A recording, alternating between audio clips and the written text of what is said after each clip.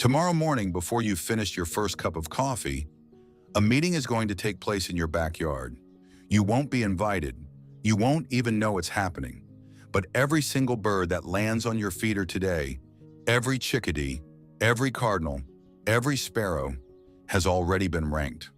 Their place in line was decided weeks ago by a system most homeowners never notice. And the bird that's secretly running this entire hierarchy, the one that decides who eats, who fights, and who flies away hungry, is probably not the bird you'd guess. In the next few minutes, you're going to see your own yard the way the birds actually see it. And once you do, you'll never look at your feeder the same way again. Most people think their backyard is random. A bird shows up, it eats. Another bird shows up, they take turns. That's the story we tell ourselves, because it's the simplest one. But the truth is, your backyard is one of the most organized social systems in nature. Birds don't share.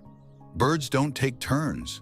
Birds operate inside a hierarchy that has been studied by ornithologists for over 90 years. And the more we learn about it, the stranger it gets.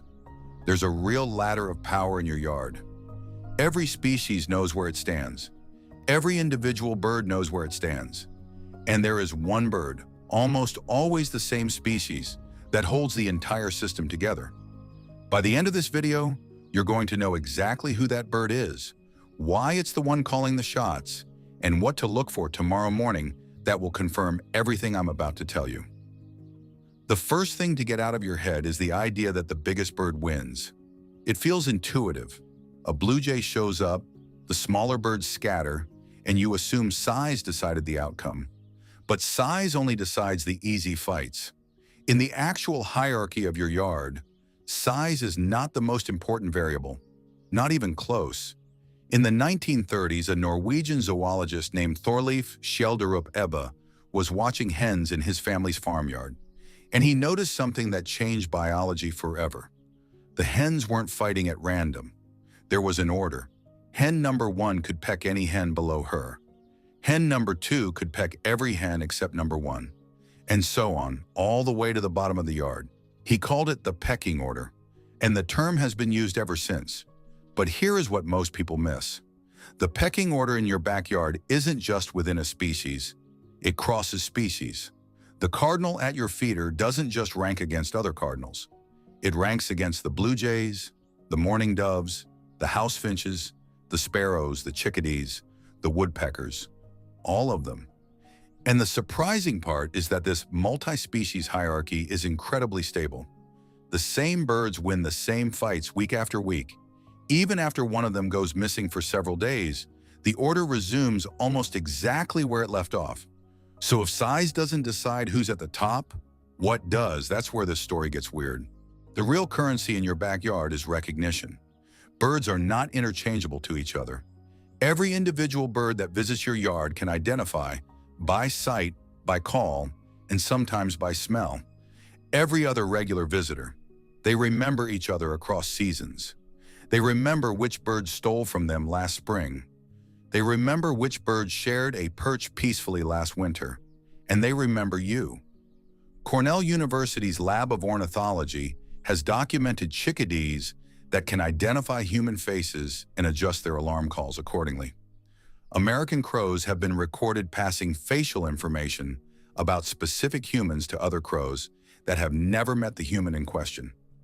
Your local mockingbird almost certainly knows the difference between you and your neighbor, and it treats each of you differently based on past interactions.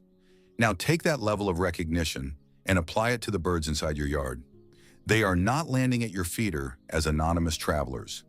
They are landing at your feeder as members of a tight, ranked network where everyone knows everyone, and where every bird has a reputation to defend.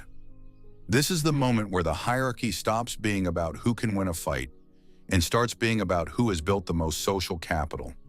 And the bird that has the most social capital in your yard, the bird that the whole system actually rotates around, is the one I'm about to tell you about.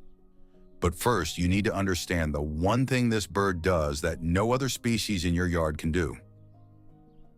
If you live anywhere in the United States or the United Kingdom, the bird that is secretly running your backyard is most likely a chickadee, a titmouse, Or, in the UK, a great tit or blue tit. These are the smallest birds at your feeder. They weigh less than a slice of bread. They get pushed off perches by almost everyone. By any visible metric, they should be at the bottom of the hierarchy. They are not. They are at the top of something more important than the hierarchy. They are at the top of the information network. Chickadees, titmice, and tits have one of the most complex vocal communication systems of any small bird in the world. The black-capped chickadee, the most common backyard chickadee in North America, has been documented using over 15 different distinct calls. And the famous Chickadee call is not just a name, it is a sentence. The number of D notes at the end of the call is a coded message about the size of the predator nearby. More Ds means smaller, more dangerous predator. Fewer Ds means larger, less dangerous predator. This isn't a metaphor. This is documented biology, published by Christopher Templeton at the University of Washington in 2005 and replicated dozens of times since. The chickadee is, functionally, your yard's news anchor.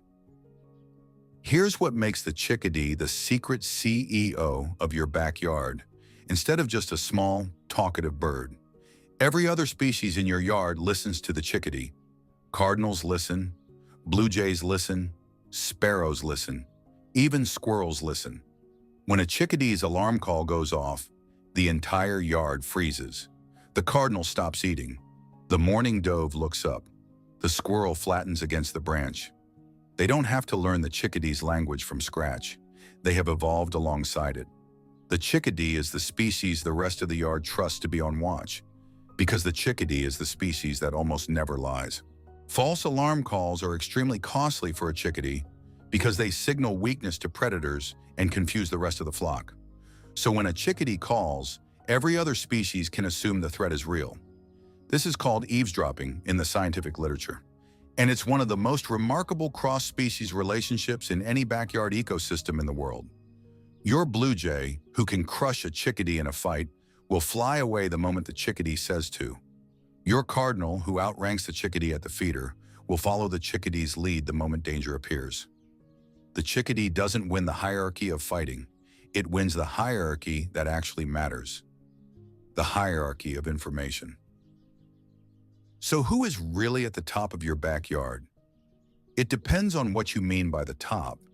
If you mean who wins fights, that's usually a blue jay, a grackle, or a woodpecker. If you mean who survives the longest, that's usually a cardinal or a mourning dove because they're cautious and they pay attention. But if you mean who actually controls what happens in your yard, who decides when the feeder gets used, when the birds disappear, when they come back, when it's safe to eat, that's the chickadee. The chickadee is the bird your yard cannot function without. And here is the strange, beautiful part of this. When a chickadee dies, or moves on, or gets predated by a hawk, the rest of the yard knows. The alarm system collapses. The other birds become noticeably more nervous. Studies have shown that the feeders chickadees abandon get fewer visits across all species, not just from chickadees. The information network broke, and the whole hierarchy felt it. Your yard, the patch of grass and trees you walk through every morning without thinking, has a leadership structure. It has a communication backbone. It has a single species that holds the whole thing together, and once you see it, you cannot unsee it. Tomorrow morning, when you take your coffee outside, do this. Stand still. Don't move toward the feeder. Just listen. Within the first 5 minutes, you will hear a chickadee or a titmouse, or if you're in Britain, a great tit.